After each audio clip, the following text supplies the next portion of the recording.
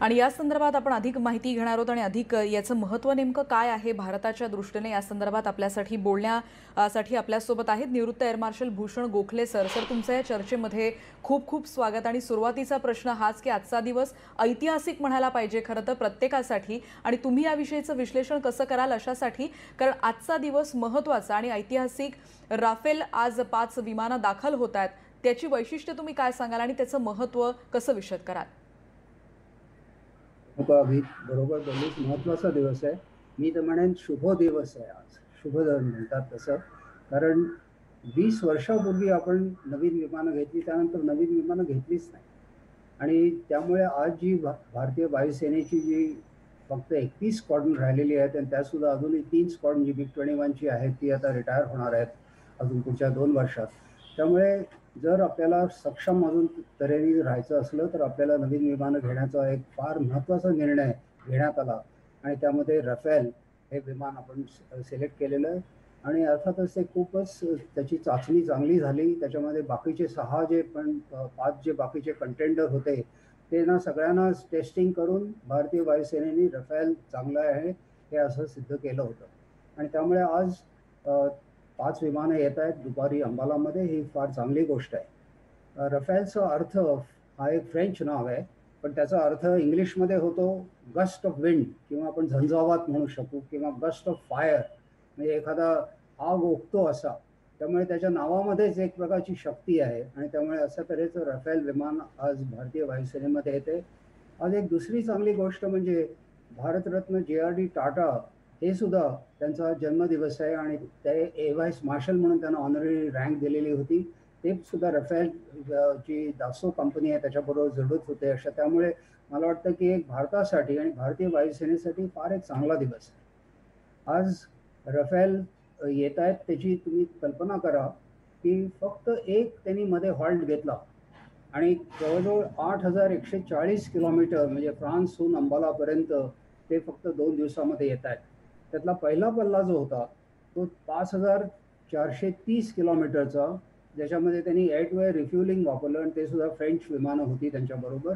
आणि त्यामुळे ते अबुधाबीपर्यंत आले. आणि त्याच्यानंतर पुढचा जो आहे तो व्हाया जामनगर, कारण आपण पाकिस्तान बर्डनं उडवू शकत नाही, त्यामुळे आपण व्हाया जामनगर अंबालाला जाणार.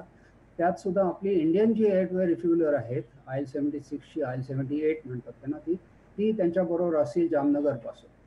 आणि अशा तऱ्हेची याची सक्षमता आहे. मी म्हणेन त्याचबरोबर आपण पायलट्सचं सुद्धा कौतुक केलं पाहिजे. कारण इमॅजिन करा की इतके तास उडायचं, त्यावेळेला त्यांची जी फिजिकल, सायकोलॉजिकल आणि मेंटल सगळीच तऱ्हेची जी एक तयारी लागते. कारण फक्त एकटा माणूस असतो एका कॉकपिटमध्ये. सुखोई 30मध्ये, मिराजमध्ये असे जे एकटे किंवा कधी 2 लोक असतात, पण बाकी त्यांना हालचाल करायला शक्य नसतं. त्यामुळे एक पाण्याची बॉटल ठेवायची, जास्तीत जास्त चॉकलेट एका पॉकेटमध्ये ठेवायचे, आणि असं करत कंटिन्युअस चांगल्या रीतीने नॅव्हिगेशन करत ते आपल्या ठिकाणावर पोहोचतात. त्यामुळे आज त्यांचं स्वागत करण्यासाठी तुम्ही म्हणला होता तसं स्वतः एअर चीफ मार्शल भदुरिया तिथे जाणार आहेत, ज्यांच्या नावाने पहिलं विमान RK-001 आहे. आणि त्याचप्रमाणे BS धनोआ ज्यांच्या कारकिर्दीत हे सगळं फायनलाइज झालं, त्यांचं BS म्हणून जे त्यांची इनिशियल आहेत त्याप्रमाणे ती ट्रेनर विमान येणार आहेत. आज 2 ट्रेनर आणि 3 फायटर येणार आहेत, आणि त्यानंतर अजूनही 5 विमानं तयार पण आहेत तिथे. म्हणजे तुम्ही जर काल अँबॅसेडर तिथले जे आपले भारताचे जे राजदूत आहेत जावेद अशरफ, आणि त्यांच्याबरोबर आपले जे एअरफोर्सचे तिथे जे ज्याला आपण एअर अटॅचे म्हणतो ते एअर कमोडर राथेर, आणि राथेरचं कौतुक म्हणजे ते नगरोटा सैनिक स्कूलमधले आणि अनंतनागचे आहेत. आणि अशा तऱ्हेने तिथून विमानं त्यांनी सोडली, आणि आता अजूनही 5 तिथे तयार आहेत. अजूनही पुढची विमानं सुद्धा तयार करायला सुरुवात झाली आहे. पुढच्या 2 वर्षामध्ये दोन्ही स्क्वॉड्रन सगळी आत्मनिर्भर होतील इथे.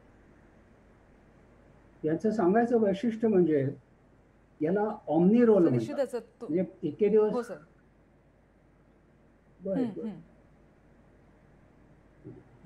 याचं वैशिष्ट्य म्हणजे या विमानांना ऑमनी रोल म्हणतात. पूर्वी कसं होतं, जेव्हा अगदी सुरुवातीला विमानं अशी स्पेसिफिक रोल होता, म्हणजे ग्राउंड अटॅक फक्त, म्हणजे लक्ष्य करायची जी टार्गेट्स असतात ती फक्त जमिनीवरची.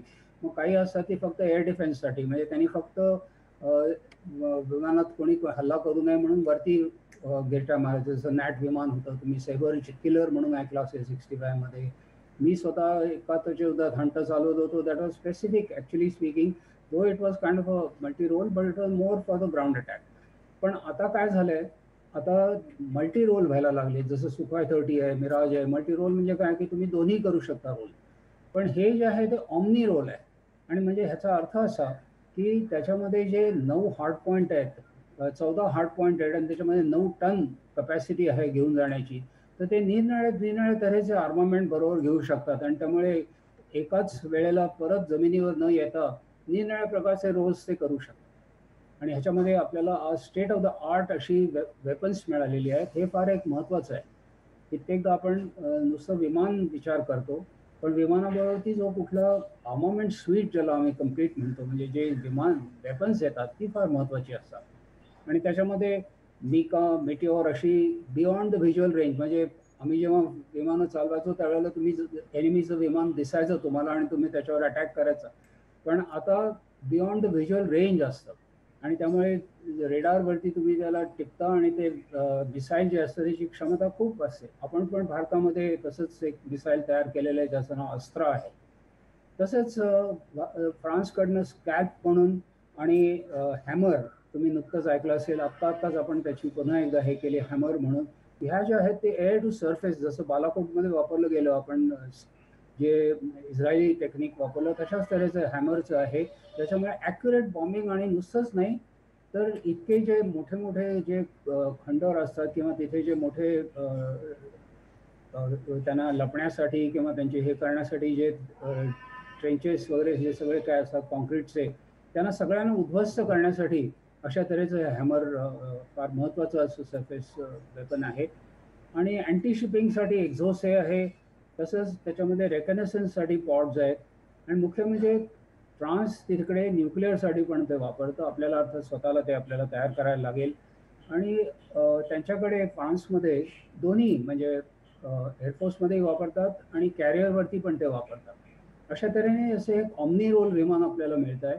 आणि मला वाटतं की ही 36 विमानांनी खूपच ताकद आपली नक्कीच वाढेल. त्याच्यामध्ये